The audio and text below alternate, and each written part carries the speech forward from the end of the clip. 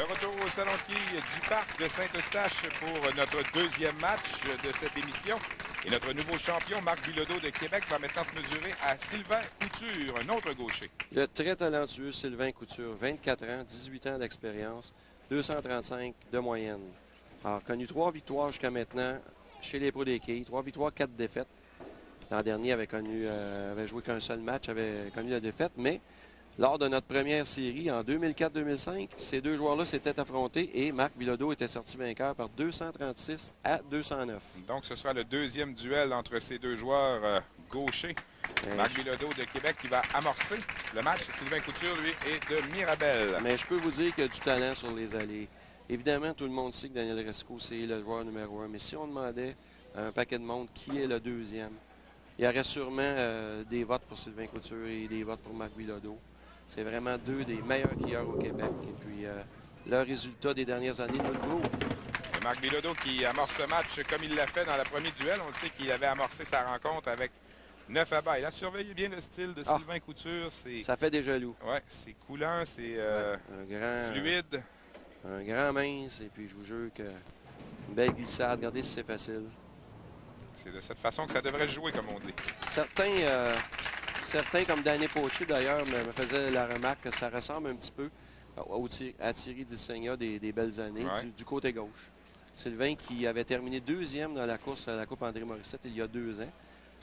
Il y a 2 ans. L'an dernier, n'avait pas pu terminer la saison. Est revenu au milieu de la saison 2006-2007.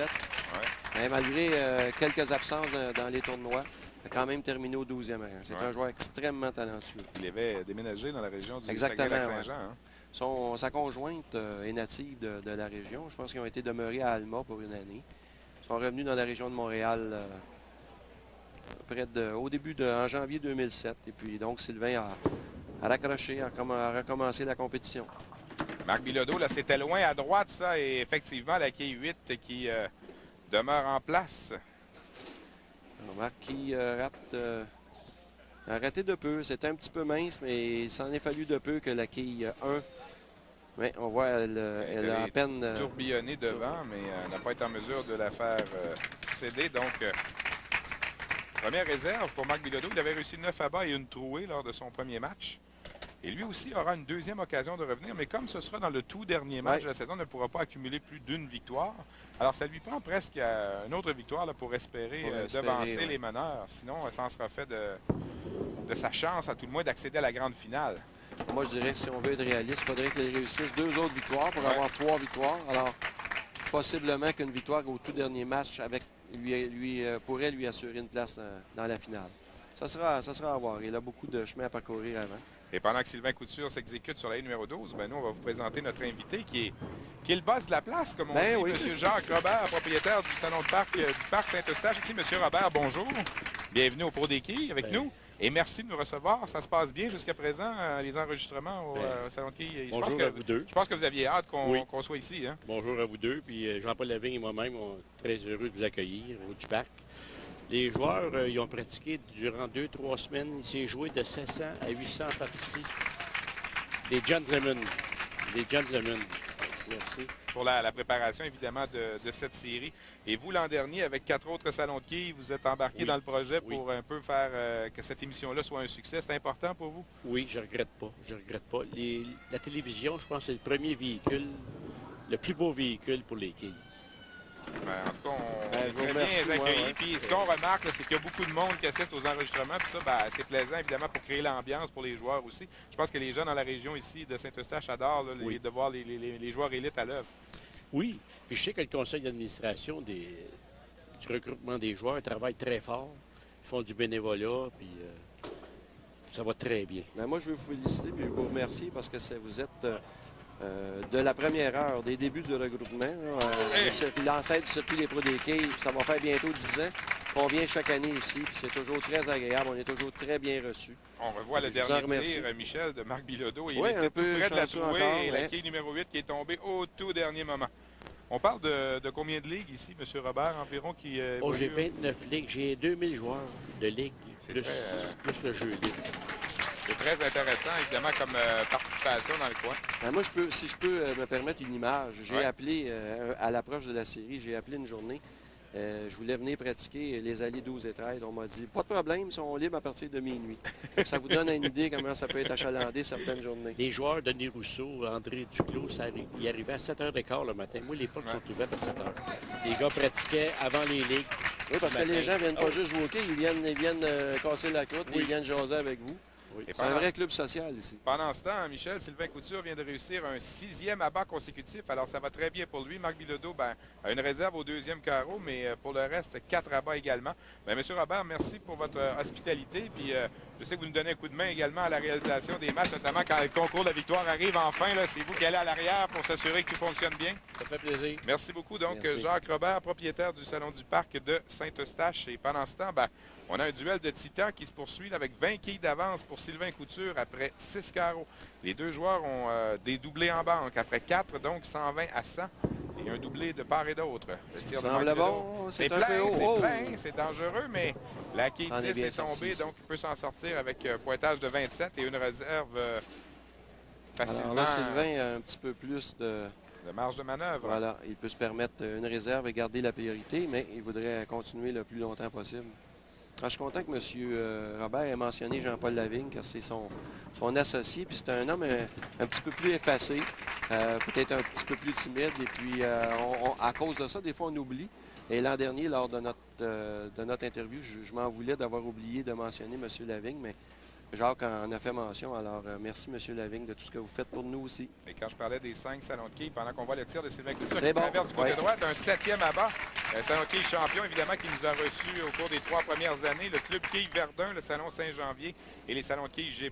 Donc, ces 3 autres salons, Verdun, Saint-Janvier, G+, on va visiter ça au cours de nos 3 prochaines années.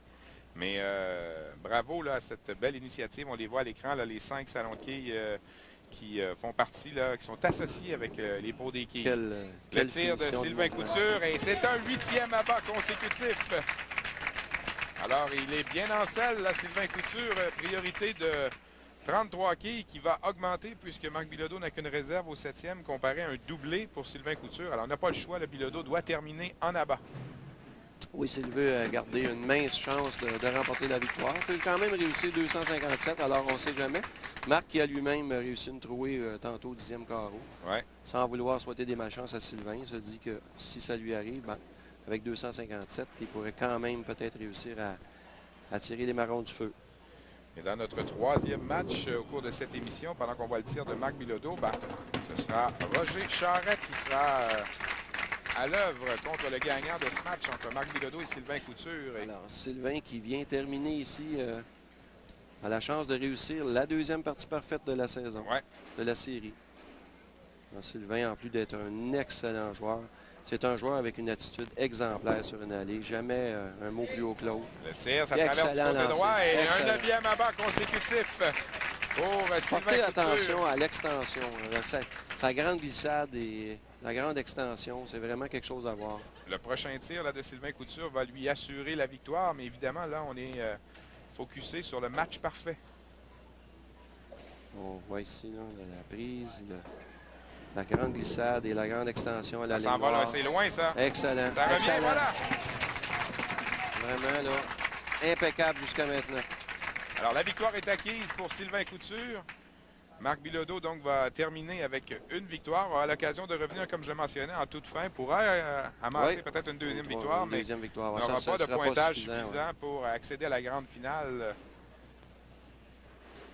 Voyons faire 11e abat ici. 10 abats consécutifs pour Sylvain Couture. En quête d'un 11e. Son tir est bien déposé. Ça traverse du côté gauche. Bon. Oui, c'est abat consécutif pour Sylvain Couture qui n'est plus qu'à 1 de réussir la 2e partie parfaite de notre série. Rappelons-le, cagnotte de 2500 $ du salon de quilles Darling qui sera partagé entre tous les quilleurs. Jusqu'à présent, Léon Tivierge a réussi cet exploit lors de notre 2e émission. Alors voilà le tir donc de Sylvain Couture.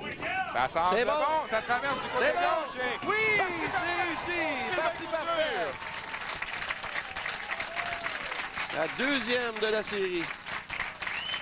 Sylvain Couture, donc le 300 qui est inscrit À notre 4e émission, on a notre deuxième. 12 lancés parfaits, aucune équivoque. Il n'y a pas eu d'hésitation, non, il n'y a pas eu de...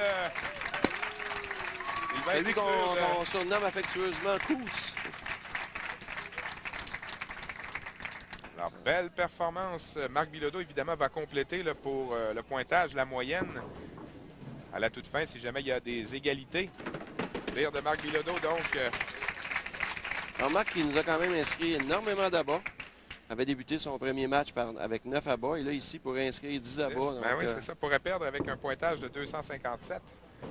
Même qui très traverse bon. du côté droit, voilà. Oh, la quille numéro 7, là, même s'il y a 2 quilles qui se sont allées s'appuyer contre elle, n'a pas cédé. Alors, Couture qui sort victorieux de la bataille des gauchers. Alors voilà donc 245 pour Marc Bilodeau contre un match parfait pour Sylvain Couture. Revoyons donc le 12e et dernier lancé, qui est presque une photocopie des 11 autres précédents. Il n'y a pas eu trop d'hésitation dans chacun des tirs. Voilà la balle qui est réussie. Sylvain Couture, deuxième match parfait.